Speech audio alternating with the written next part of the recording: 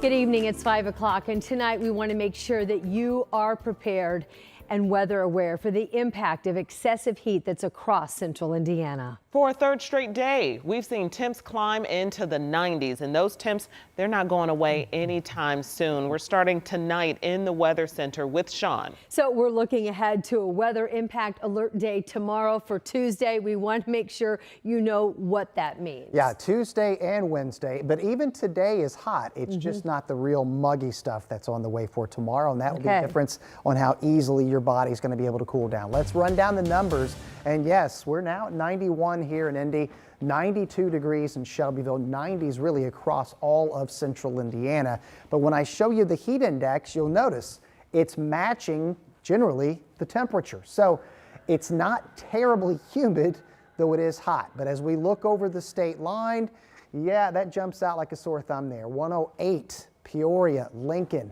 Peru, where the air is much more humid. I show you that because that air gradually works in here over the next 24 hours, and to the point that tomorrow we're going to have those higher dew points. We will have higher heat indices as a result. Anywhere between 100 and about 105 will be the peak numbers around the metro area. We could have some spots over north central Indiana that could get close to 110.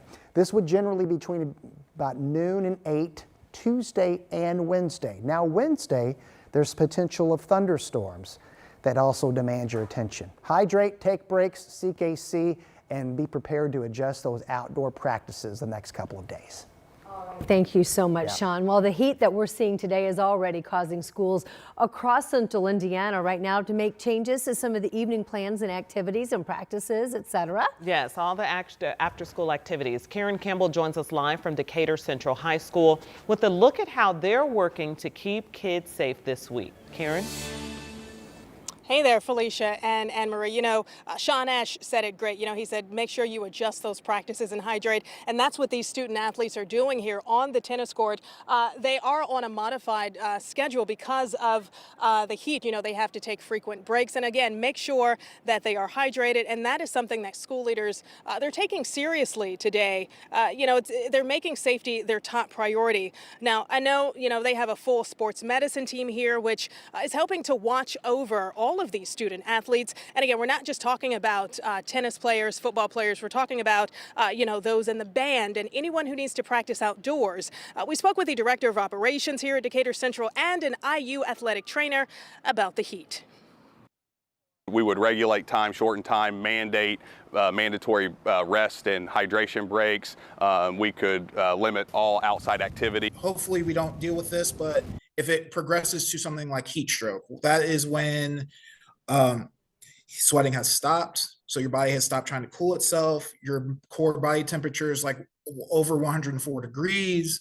You're starting to you have a severe headache. You're starting to get confused. That's a medical emergency. I can understand. Yeah, and that's what we don't want, you know, and here at Decatur Central, in many other schools, including Butler University, they use a device that measures the humidity, the sun angle, the wind, and other factors. This device that you're looking at right now, that determines, you know, if practices are going to be modified or if they're going to be canceled and brought indoors. Now, we know football practice has been pushed back because of what this device has said. Their practice set to start at about 7 o'clock tonight. Felicia, Anne-Marie? All right, we hope it's a little bit cooler then. Karen Campbell reporting live for us tonight. Thank you so much. Well, cooling centers are going to be open all across central Indiana for anyone who might need a place to get out, cool off, get out of the heat. If you or someone you know needs to find one, just call 211. They can help you find a place to go 24/7. And tonight, we now know the name of the man shot and killed by SWAT officers while serving a warrant at a Lawrence motel. Today, the Marion County coroner identified him as 40-year-old Kentrell Small. The shooting happened on the northeast side near Pendleton Pike and Post Road on Friday morning. Tonight, our Marion County reporter Lauren Kostick goes back to the scene. She shares what led to this warrant and why police are no stranger to this motel. IMPD SWAT was serving a warrant at this Lawrence motel Friday when they shot and killed 40-year-old Kentrell Small. Small was wanted after failing to appear in court on a misdemeanor marijuana charge in 2023. Court documents say Small was in a car that was stopped in Greenfield. The officer said Small admitted to smoking marijuana and having it with him. He was told to appear in court, but never showed up, sparking the warrant. On Friday, IMPD said Small was on their radar and was considered a target, but did not elaborate. It's my understanding walking over here there were some warrants, but out-of-state warrants, but I need to verify that. 13 News confirmed Small had one prior conviction in 2002. Police also cited 2 other out-of-state drug charges, but 13 News could not verify any related convictions. And it's not the first time police responded to this property. In fact, online police records show more than 130 different calls to this address since 2020, many for warrants, death investigations, overdoses, and disturbances. So we went to the motel on Monday. No one there wanted to comment. We also tried using the phone and number provided in the front office. A worker on the other end told us the owner plans to clean up the property. When asked to speak with the owner, they were not available. Of the more than 130 police runs, 14 of them were for outstanding warrants. And we also reached out to Lawrence Police and the city county consular who represents this district about the number of runs here and what is being done about it, but we have not heard back. In Lawrence, Lauren Kostick, 13 News. Thank you, Lauren. The 2 SWAT officers who fired their guns were placed on administrative leave per the standard protocol.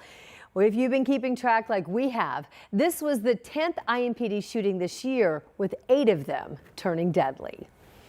Well, a young man who was 16 at the time of a triple murder is waiting to find out the time he'll get in prison for the crime. A jury found Caden Smith guilty of murder and several other charges in the shooting on the south side of Indianapolis.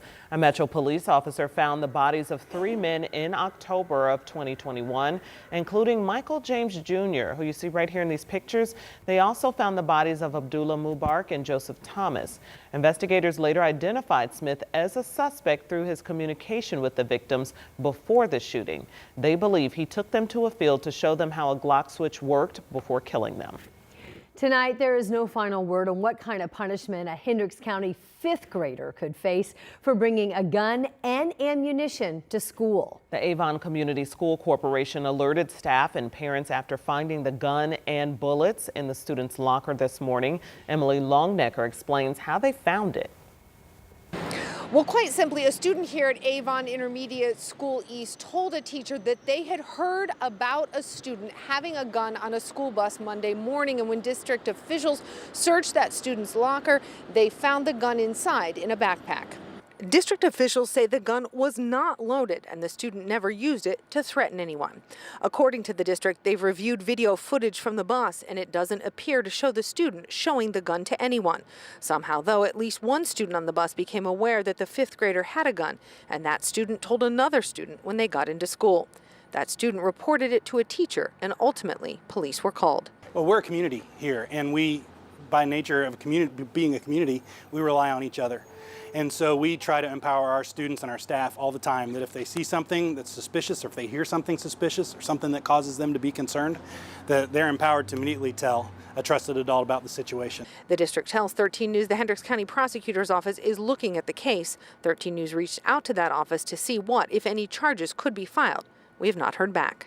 As district officials say, the 5th grader's parent came to pick them up at school and told school officials that they were not aware that their child had brought a gun to school. The parent went on to tell school officials they thought the gun was locked up at home. In Avon, Emily Longnecker, 13 News. Tonight, Indianapolis Metro Police are investigating the death of an inmate at the Marion County Adult Detention Center. 27-year-old Bailey Lyle died last Wednesday at the jail. He was serving time following probation violation for unlawful possession of a syringe. And this is a tough story to report. Tonight, a mother and her baby are recovering after police say the woman's boyfriend shot them while she was breastfeeding. Both of them were injured. Rich Nye spent the day looking over the court documents in the case, and now tonight shares with us what they reveal. Court records say that the mother sent a text Friday evening to her boyfriend breaking up. That allegedly prompted him to come here to their house that they shared together. There was an argument that escalated to gunshots. Police came to the duplex on East 21st Street just after midnight Saturday. They found a woman and her 10-month-old son both with gunshot wounds. She was hit in her left shoulder. The baby was shot in the abdomen. Both were in stable condition at last report. Court records say that the woman showed police a text message thread with her boyfriend that included a threat to come and kill her. Another message allegedly sent after the shooting read, "Baby, I love you. I'm so sorry. The police want to get me, but I deserve that. I did try to kill you." The boyfriend fled the house after the shooting. He turned himself into Metro Police Headquarters Saturday at 10:30 a.m. He was arrested for 2 counts of attempted murder. In Indianapolis, Rich Knight, 13 News.